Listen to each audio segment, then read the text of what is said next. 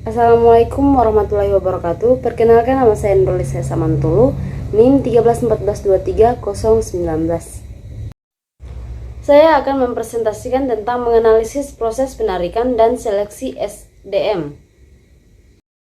Apa itu penarikan atau rekrutmen?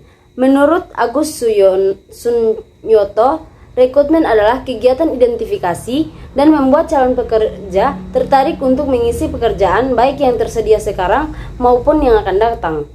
Rekrutmen bisa mengarahkan tenaga dari dalam perusahaan sendiri dan tenaga dari luar untuk menggunakan tenaga intern dan kapan kita harus mengambil tenaga dari luar.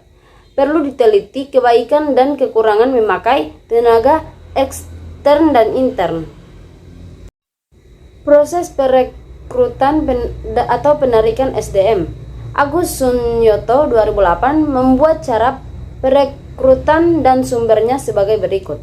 Yang pertama, merekrut orang dari dalam atau internal. Beberapa ketentuan memang menghendaki calon pegawai atau karyawan diambil dari dalam organisasi sendiri.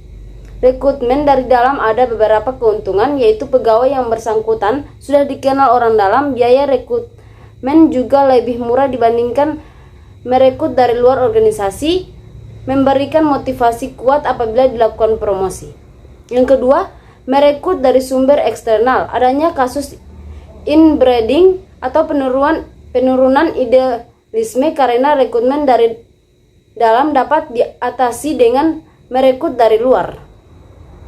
Apa itu seleksi SDM? Seleksi adalah usaha pertama yang harus dilakukan perusahaan untuk memperoleh karyawan yang kualifikasi dan komponen yang akan menjabat serta mengerjakan sebuah pekerjaan pada perusahaan tersebut.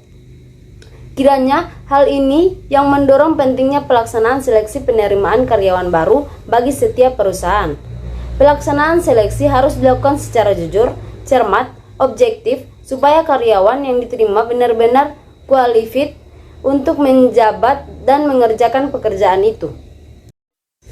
Proses seleksi sumber daya manusia. Yang pertama, seleksi administrasi. Yang kedua, wawancara pendahuluan. Yang ketiga, formulir lamaran pekerjaan. Yang keempat, pemeriksaan referensi. Yang kelima, tes psikologi. Yang keenam, wawancara lanjutan. Yang ketujuh, tes atau pemeriksaan kesehatan. Yang kedelapan, persetujuan atasan langsung. Tujuan seleksi SDM. Seleksi penerimaan karyawan baru bertujuan untuk mendapatkan A. Karyawan yang kualifikasi dan potensial. B. Karyawan yang jujur dan disiplin. C. Karyawan yang cakap dan penentuan yang tekap. D. Karyawan yang terampil dan bergairah bekerja.